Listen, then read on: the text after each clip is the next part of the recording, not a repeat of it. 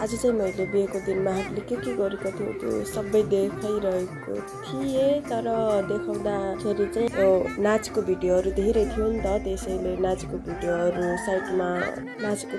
साइडमा राखेर कामहरू पनि देखिरहेको थिएँ। अनि बहिनीहरू चाहिँ कलश बनाउँदैछन्। अनि कलश बनाउने क्रममा मैले थोरै भिडियो बनाइदिन्छु भनेको बहिनीहरू चाहिँ पुरा मक्ख परेको छन्।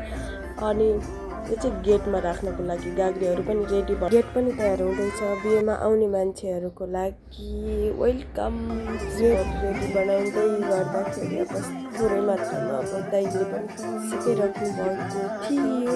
अनि भाइहरूले काम गरिरहेको छ। मेरो सानो भाइ अनि अगाडिको भिडियोहरू पनि राखिदिएको थिएँ। अनि बिहेको म चाहिँ लास्टमा रेकर्ड गर्ने भयो है। अगाडि चाहिँ रेकर्ड गर्न पाएन, बिचमा रेकर्ड गरेको थिएँ। अगाडि चाहिँ मेरो मोबाइलमा चार्जना भएर चार्ज लगाउन पाएन, त्यसैले चार्जना भएन। अनि दाइ भाउजूको नाति एकदम राम्रो थियो नि त। अनि दाइ भाउजूको नातिमा चाहिँ सबैजनाले मन पराइदिनु थियो। अनि त्यसको साथसाथै हामी चाहिँ सबै फ्यामिली मिलेर नाचेको। काम त पत्तै छैन आज के हो यतिबाट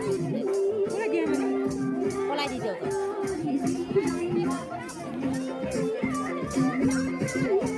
हेर लै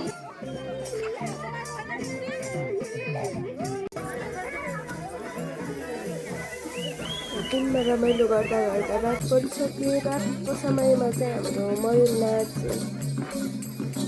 सुरु भइसकेको थियो। मयूर नाच चाहिँ हामी पहिले नाचेको हो नि त, त्यही भएर रमाइलो लाग्छ नाचेको। अनि दाइहरूको भिडियो बनाउँदै गर्दा बिहेको दिन पनि सकियो।